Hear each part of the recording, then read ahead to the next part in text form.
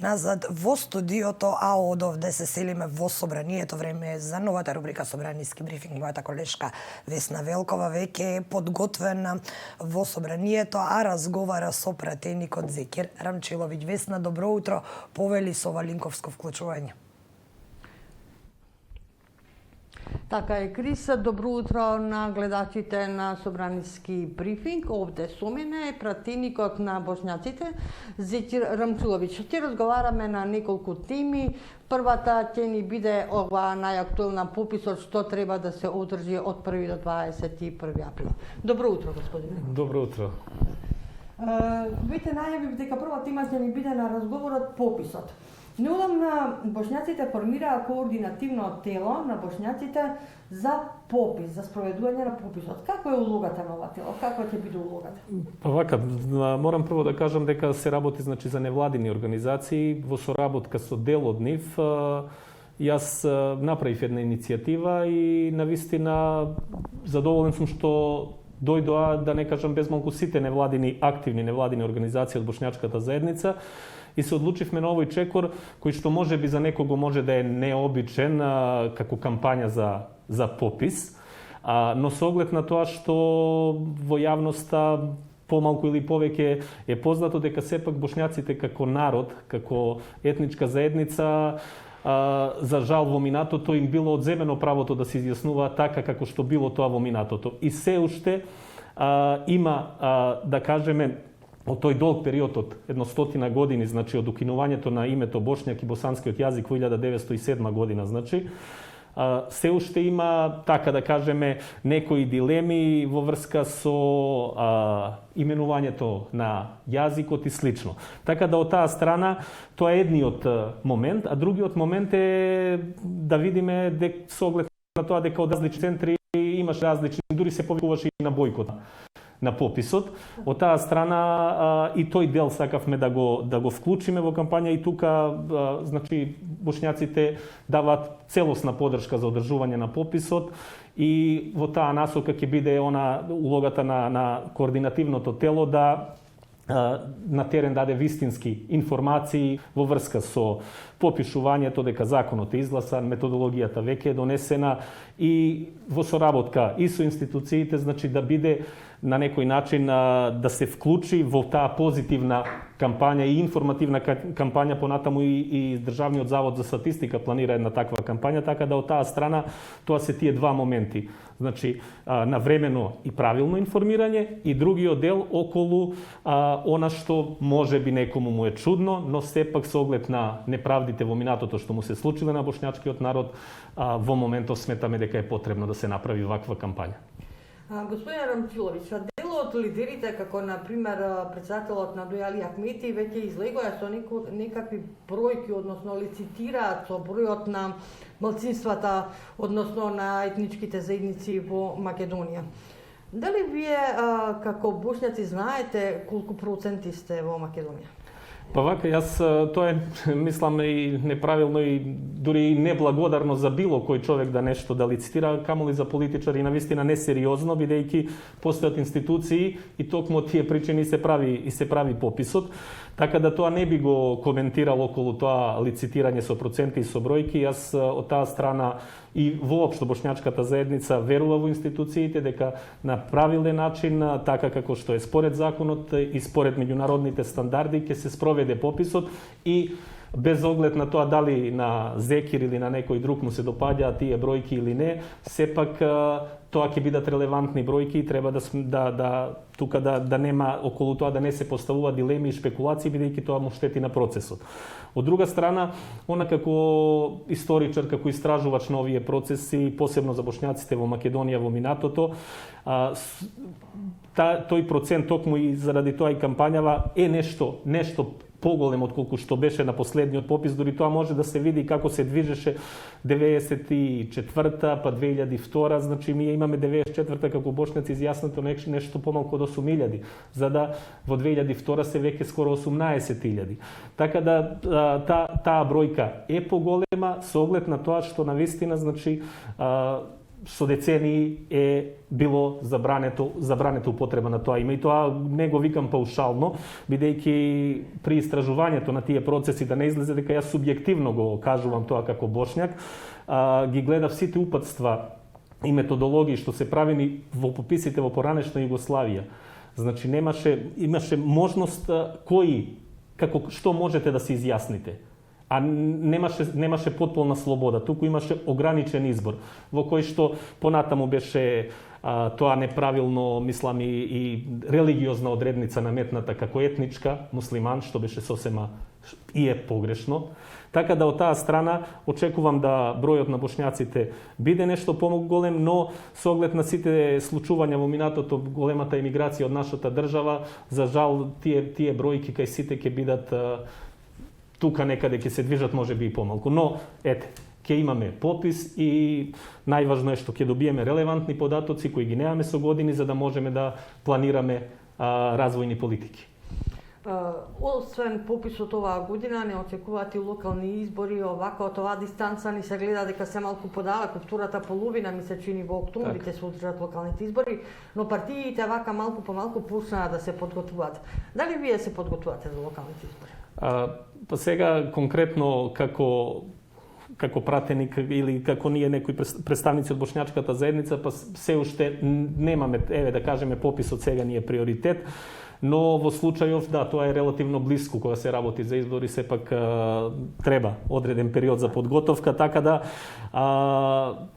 ќе видиме понатаму околу локалните избори и организацијата како со оглед на изборниве модели кои што се во моментов, дури за парламентарни избори, во тоа во некои активности сум и вклучен директно, бидејќи токму помалку бројните заедници се на некој начин хендикепирани со постоечкиот начин на организирање на избори. Господин Затировиќ,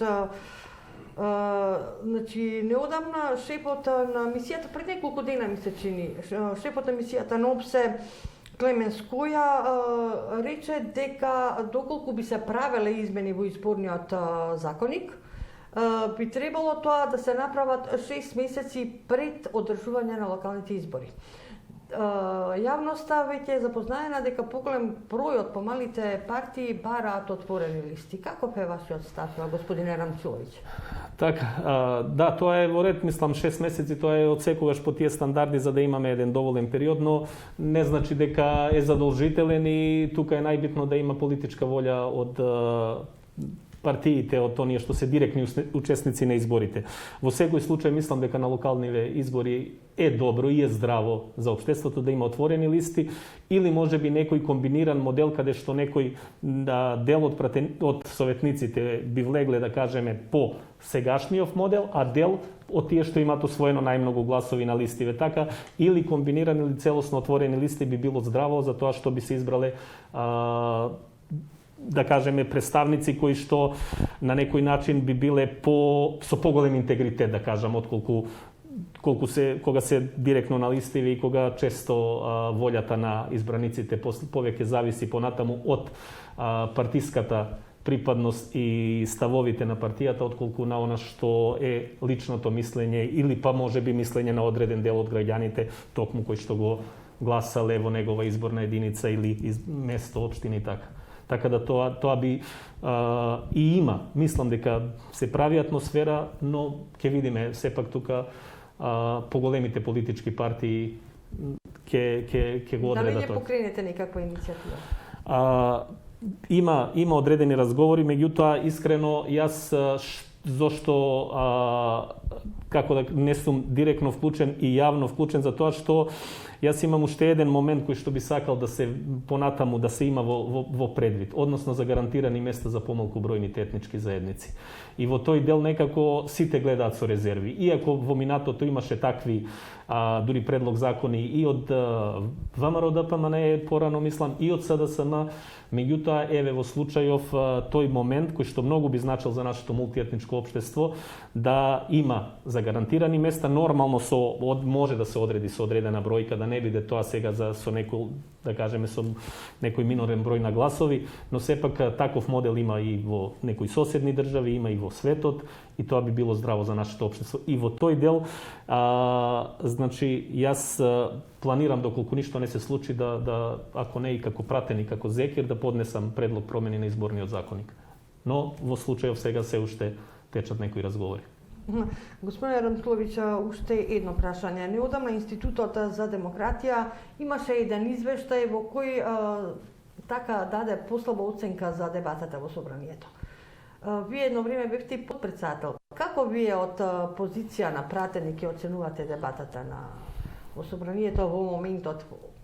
За жал, сосема исправна анализа и констатација, и тоа секој од нас го гледа. Јас дека настапував добар дел од мандатот и како независен пратеник, навистина жалосно е што најголем дел од времето во собранието, на дебатата во собранието, повеќе се одвива за формата отколку за суштината. Секогаш и меѓусебни напади. Тоа веќе нивото нивото на комуникација и политичка култура е навистина катастрофално. Мене не ми е за друго, мислам, туку ние праќаме порака до граѓаните на тој начин и навистина тука треба секој да даде максимум од себе, но некако секогаш тие некои дневно партиски или не знам какви други интереси се побитни отколку она што е суштината. И во моментов не гледам дека нешто околу тоа ќе се смени. Јас од моја страна гледам навистина и во поглед на комуникацијата, користењето на термините, јавувањето кога говорам, да говорам за суштинскиот дел, но за жал многу малку се на такви пратеници, бидејќи некако повеќе подлегнуваат на токму на ставот на некој си групен став и поради тоа ја девалвираме, уствари се девалвираме себе си, за жал. Се надеваме дека ќе се смени таквата ситуација во собрание, нели? Па да, јас реков, меѓутоа во моментов како што ми изгледа, мислам дека еве овој мандат културата нема да надвора. Дека па добро, сега не викам нивото на таа политичка култура, мислам дека нема да се зголеми, за жал во овој мандат. Но еве, доколку има промени, доколку дојдат можеби пратеници веќе да се планира не само за локални, него и понатаму можности за отворени листи, комбинирани модели, тогаш веќе мислам дека би било подобро, без разлика кој и да е да кажеме на листиве. Така да, во еден догледен период, ако се случат овие промени околу изборниот законник и на локално и на национално ниво, тогаш мислам дека ќе се зголеми и нивото на дебата, интегритетот на пратениците, со тоа и на собранието. Уште едно и последно прашање. Какви се вашите активности како пратеник во собранието денес и еве за оваа недела? Па добро, најголем дел од активностите се врзани со работата во работните тела. Во случајов после 2 интензивни недели, оваа недела барем сега за сега ќе имаме одредени, ајде да кажам, по релаксиран распоред, бидејќи навистина имавме агенда која што не знаевме каде прво да отидеме. Така да остануваат тие делови во што ми се директно интерес, Комисијата за образование, за култура, одредени закони, промени. Нешто е и заглавено во некој сум од тие работни тела околу врзано со законот за работните односи, директно врзан со закон за високото образование и со научно-истражувачка дејност. Така да во тој дел се насоките, исто така она што ќе го користам во слободното време е пак таа комуникација со граѓаните, особено сега во делот со пописот, дека повторно излегуваат секогаш некои мислам, ајде да не кажам шпекулации, меѓутоа некои нејасноти.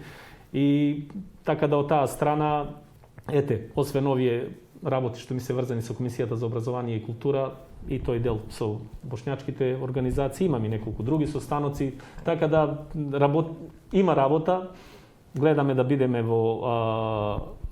барем јас од моја страна да бидам максимално и достапен и транспарентен во работата и се надевам дека во тоа тоа и ќе се препознаваете и ќе има позитивно влијание на работата во собранието. Така е, работникот секоја се препознава. Ви благодарам на разговорот. Ви благодарам.